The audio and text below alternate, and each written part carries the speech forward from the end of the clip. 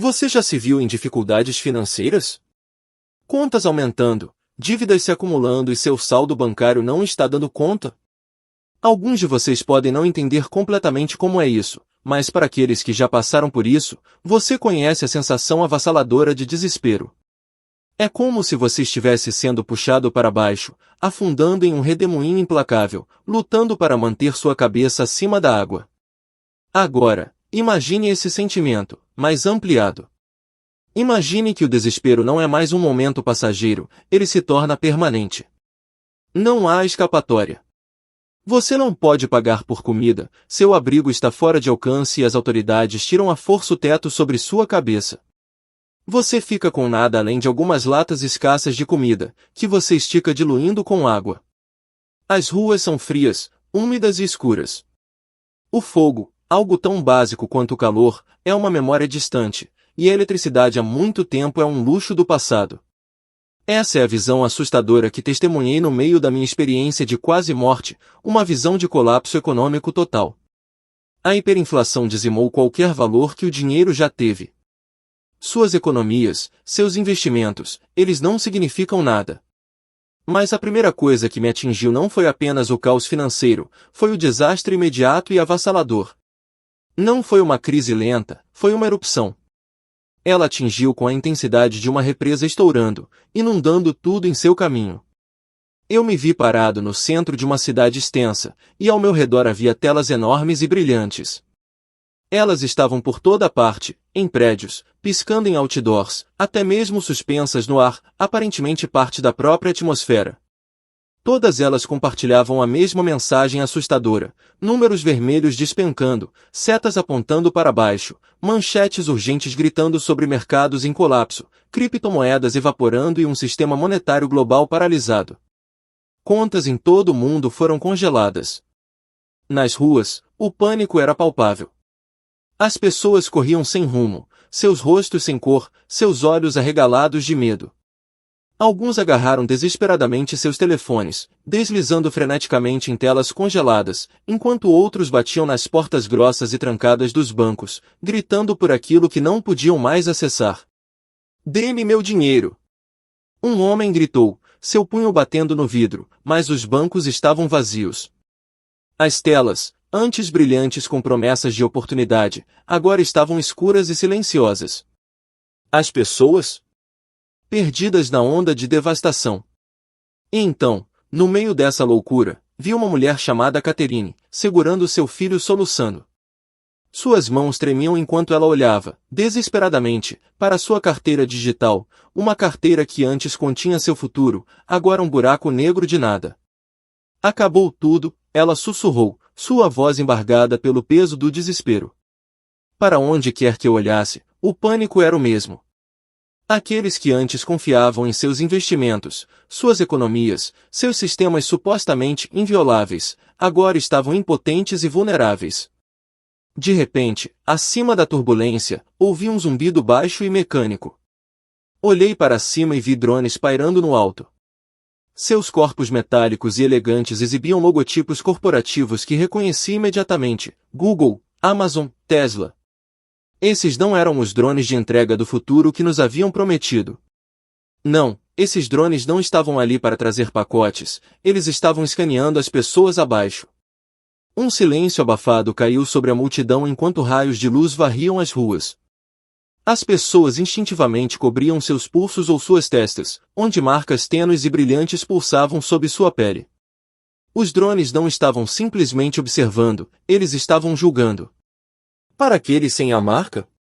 Os raios brilharam em vermelho, seus destinos selados naquele instante. No meio do caos, senti uma profunda sensação de quietude ao meu lado. Jesus estava ali, silencioso, mas inflexível, enquanto eu observava a cena que se desenrolava. Ele não falou, mas eu podia sentir sua presença pressionando a verdade inegável sobre mim. Este não era um pesadelo distópico distante. Este era um vislumbre do nosso futuro, um futuro que estava se aproximando rapidamente. Se você tivesse me perguntado há apenas um mês no que eu acreditava, eu teria dito que acreditava na preparação. Eu acreditava em ser inteligente, ficar à frente do jogo e fazer as escolhas certas para garantir um futuro estável. Como consultor financeiro, toda a minha carreira foi construída ajudando outras pessoas a planejarem sua aposentadoria, diversificarem seus portfólios e protegerem sua riqueza. Mas aqui está a verdade, eu não ajudei apenas os outros a se prepararem. Eu estava consumido em me preparar para mim mesmo. Quando a criptomoeda entrou em cena, mergulhei de cabeça. Eu a vi como o máximo. Investimento, descentralizado, além do alcance dos governos e cheio de potencial inexplorado. Essas foram as promessas que me atraíram. Passei inúmeras horas analisando os mercados, minerando moedas e pesquisando o próximo token inovador. Quando as moedas digitais universais começaram a surgir, não hesitei por um segundo. Este é o futuro, eu dizia aos meus clientes. Entre cedo e você se preparará para a vida. A visão de tudo isso era inebriante, sem dinheiro físico, sem bancos controlando o seu dinheiro, apenas liberdade pura. Pelo menos, foi assim que nos venderam. Eu havia planejado meticulosamente cada detalhe da minha vida, minhas finanças, meus investimentos e até meus fundos de emergência. De fora, parecia que eu tinha tudo sob controle, como se nada pudesse me tocar. Mas por dentro, eu sabia melhor. Eu tinha começado a notar rachaduras no sistema, rumores de carteiras sendo hackeadas, contas sendo congeladas, governos intervindo para regular o que deveria permanecer livre de controle. Eu ignorei, me convencendo de que essas eram apenas as dores do crescimento de um sistema em evolução. Mas mesmo assim, a dúvida começou a surgir, roendo as bordas da minha confiança. Não foi só o sistema que começou a parecer instável. Comecei a ver o quanto da minha vida tinha sido consumida por números em uma tela, perseguindo a adrenalina de uma negociação bem-sucedida, a emoção de assistir os mercados subirem. Eu me convenci de que fazia parte do trabalho, mas, no fundo, percebi que tinha se tornado algo muito mais insidioso. Não era apenas que eu estava confiando no sistema, era que eu tinha começado a adorá-lo. Então, um dia, sem nenhum aviso, tudo desabou. Eu estava sentado na minha mesa, tomando café, rolando gráficos de criptomoedas, quando de repente meu peito apertou. Minha visão ficou turva e tudo ficou preto. Quando recuperei a consciência, não estava mais no meu escritório. Eu estava em um lugar totalmente desconhecido. Lentamente, minha visão clareou e vi que estava na base de uma imponente estrutura dourada. A torre se erguia majestosamente no céu, brilhando à luz do sol, sua superfície adornada com desenhos intrincados que brilhavam e mudavam como se estivessem vivos. No começo, era inspirador, mas quanto mais eu olhava para ela, mais sentia que algo estava terrivelmente errado. A base da torre estava desmoronando. Rachaduras atravessavam o ouro outrora imaculado, e pedaços dele lascavam, revelando uma estrutura escura e irregular por baixo. No entanto, as pessoas continuaram a subir.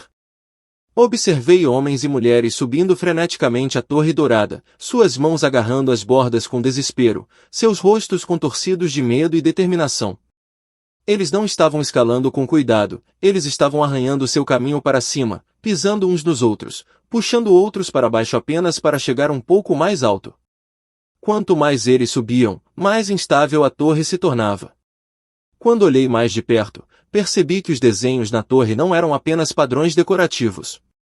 Eles eram logotipos, símbolos de criptomoedas, marcas corporativas, tickers do mercado de ações. A torre não foi simplesmente construída de ouro, foi construída com promessas de riqueza, poder e sucesso. De repente, um estalo alto ecoou pelo ar, seguido por um tremor que percorreu a estrutura.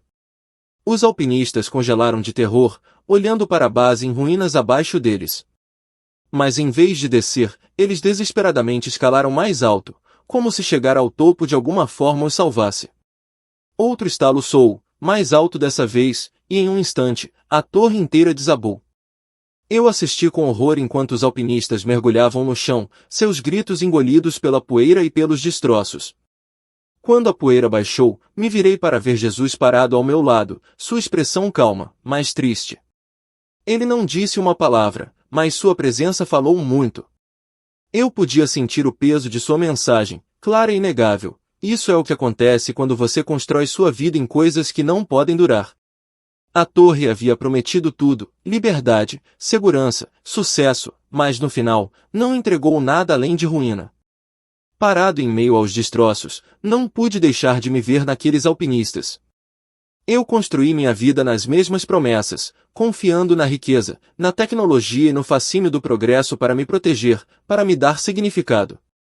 Mas, no fundo, eu sempre soube que a fundação era instável.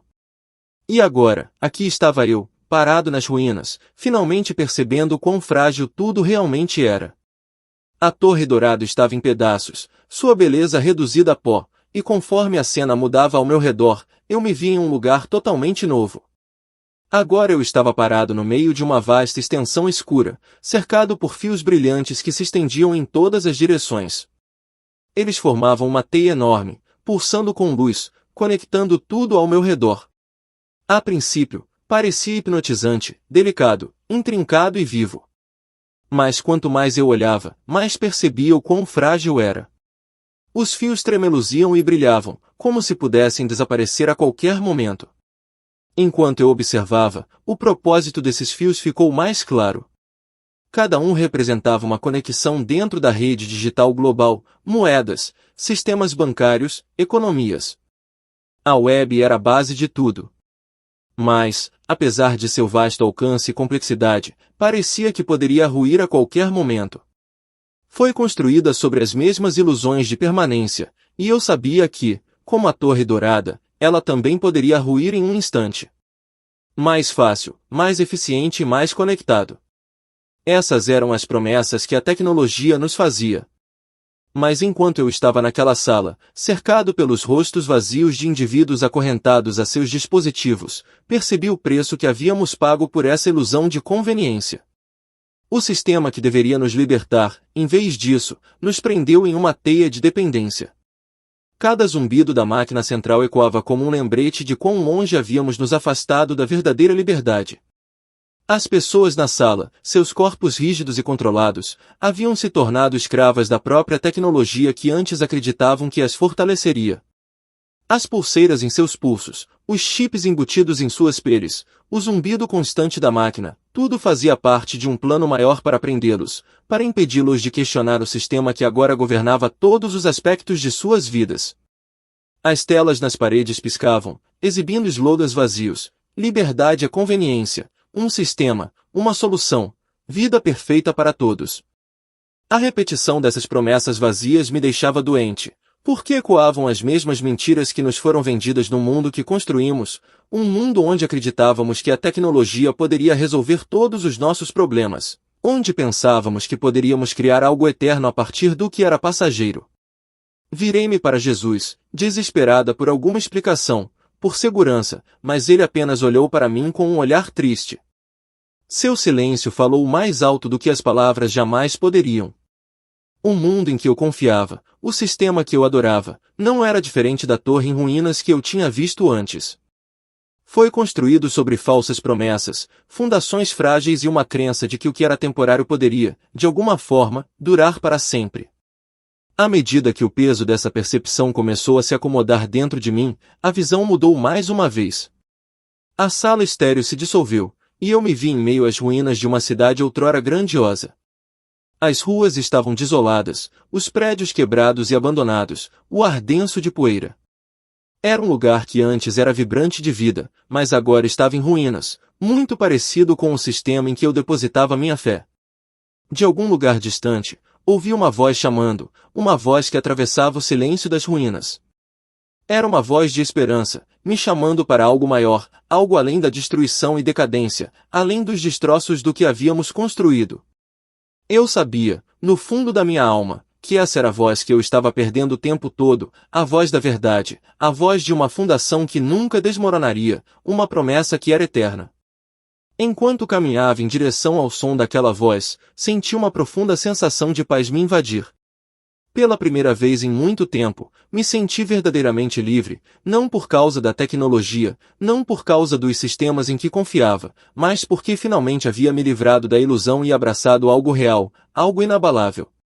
Eu sabia, no fundo, que o mundo em que eu havia investido, aquele construído com base na conveniência e no conforto, acabaria caindo, assim como a torre e a web. Mas havia algo maior, algo além de tudo isso, que perduraria.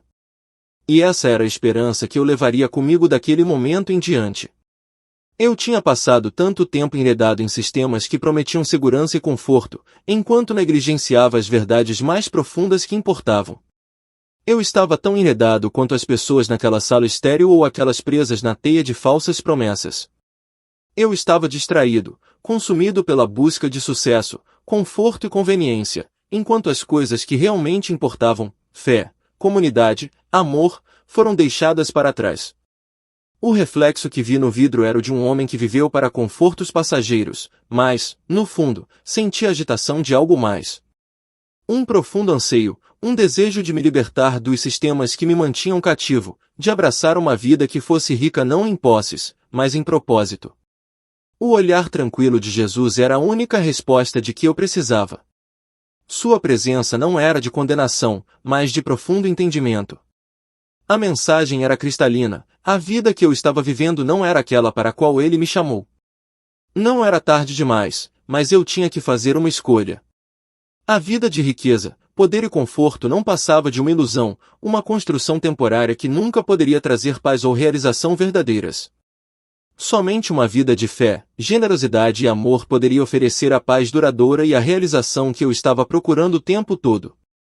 Enquanto eu estava ali, olhando para as ruínas da torre quebrada, uma promessa silenciosa começou a se formar dentro de mim. Eu sabia que era hora de mudar.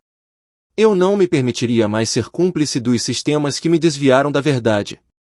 Eu buscaria o calor e a conexão que vislumbrei naquela vila, não em alguma terra distante, mas dentro do meu próprio coração e nas pessoas que encontrava a cada dia. A visão desapareceu lentamente, mas a urgência que eu sentia permaneceu. O mundo estava à beira do colapso, e cabia a cada um de nós escolher um caminho diferente, um caminho marcado pela fé, generosidade e amor. Nunca foi apenas sobre o que possuímos ou nos faltava, era sobre em quem depositávamos nossa confiança e como escolhíamos viver. Naquele momento, eu entendi claramente, eu tinha que começar de novo, construir algo real, algo duradouro, do zero.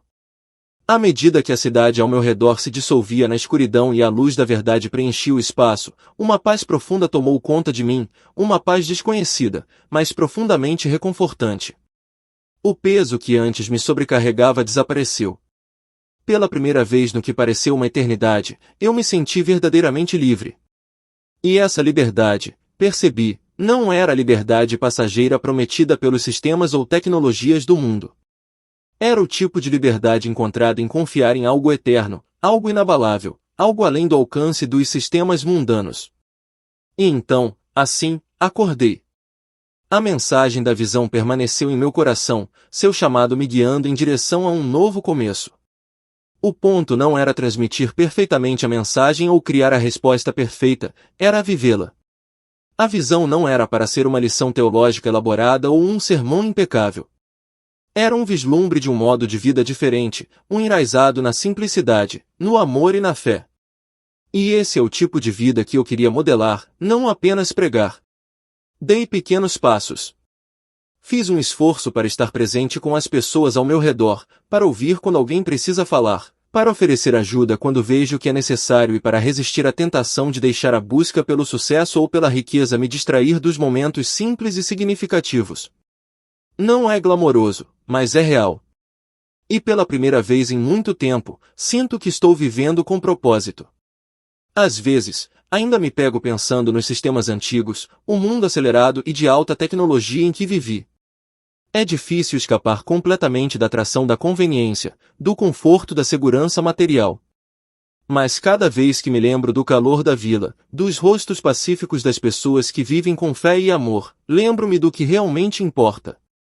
Não sei aonde esse novo caminho me levará, ou como compartilharei essa mensagem com os outros. Muitas vezes parece grande demais para palavras, mas não consigo ignorá-la. A visão me mostrou algo muito mais importante do que qualquer coisa que eu já tenha buscado. A verdadeira riqueza não é encontrada no que acumulamos ou no sucesso material, ela é encontrada nos relacionamentos, na fé e no amor que oferecemos uns aos outros.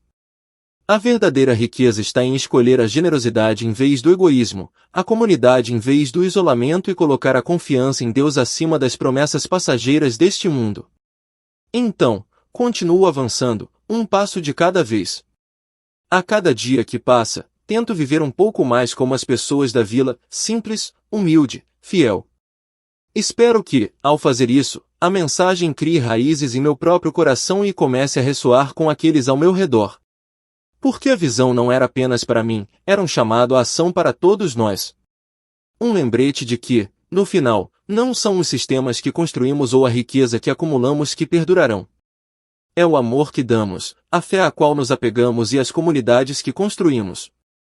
E talvez, apenas talvez, seja assim que encontraremos nossa saída do colapso, não reconstruindo os sistemas antigos, mas criando algo novo, algo que seja real, algo que seja eterno. A questão não era sobre eu ser convincente ou eloquente. Era sobre acordar para a verdade, perceber no que estamos construindo nossas vidas e para onde isso está nos levando. A primeira lição da visão foi dolorosamente clara: tudo em que confiamos é frágil. A torre dourada, a teia brilhante, as correntes de controle digital, tudo parecia tão sólido, tão permanente. Mas não era. Bastou uma rachadura, um fio para quebrar, e todo o sistema desmoronou. A ilusão se despedaçou. A verdade perturbadora é que já estamos vivendo neste sistema. A cada dia, depositamos nossa confiança em bancos, mercados, tecnologia, acreditando que essas estruturas nos oferecerão segurança. Mas a realidade é que essas coisas nunca foram construídas para durar. Elas sempre foram temporárias, sempre frágeis, não importa o quão sólidas possam parecer no momento. O segundo insight que a visão me deu foi igualmente preocupante: quão facilmente somos embalados pela complacência. Nós nos convencemos de que não há problema em rolar um pouco mais, correr atrás do próximo salário, investir na mais recente inovação revolucionária. Dizemos a nós mesmos que é inofensivo, que todo mundo está fazendo isso, que é apenas a maneira como o mundo opera. Mas aqui está a verdade: cada pequeno compromisso se soma. Cada vez que desviamos o olhar, entregamos um pouco mais de controle. E antes que percebamos, acordamos e percebemos que desistimos de tudo que realmente importa. Mas a parte da visão que mais me assombra é a vila. Essas pessoas não tinham muito, certamente não pelos padrões do mundo. No entanto, elas possuíam algo que o resto de nós anseia desesperadamente: paz. Elas não eram sobrecarregadas pelo medo, pela ganância ou pelo desejo infinito de superar umas às outras. Elas eram livres, não porque tinham tudo, mas porque confiavam naquele que tem. Esse tipo de liberdade, esse tipo de paz, é a verdadeira riqueza. Não se trata apenas de criptomoeda, do controle de sistemas digitais ou do eventual colapso de sistemas globais. Trata-se do que estamos construindo nossas vidas. Estamos perseguindo coisas que podem desaparecer num piscar de olhos ou estamos investindo no que realmente importa? Fé, amor e comunidade são o que dura.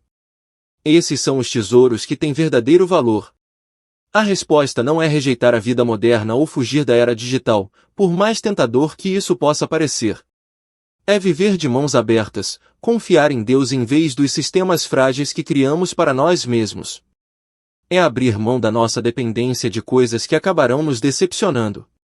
Se você está lendo isso, quero que entenda uma coisa: o colapso, quando chega, não é o fim. Sim, é um aviso, mas também é uma oportunidade. É uma chance de voltar atrás, de liberar as coisas que não podem nos salvar e de nos agarrar àquele que pode. O colapso é um convite para colocar nossa confiança onde ela realmente pertence. Jesus não está pedindo perfeição. Ele está pedindo confiança, uma confiança que podemos escolher agora mesmo, neste momento, antes que seja tarde demais. Não sei o que o futuro reserva ou quanto tempo nos resta, mas sei disso: os sistemas deste mundo falharão conosco, assim como sempre falharam. Eles sempre falham.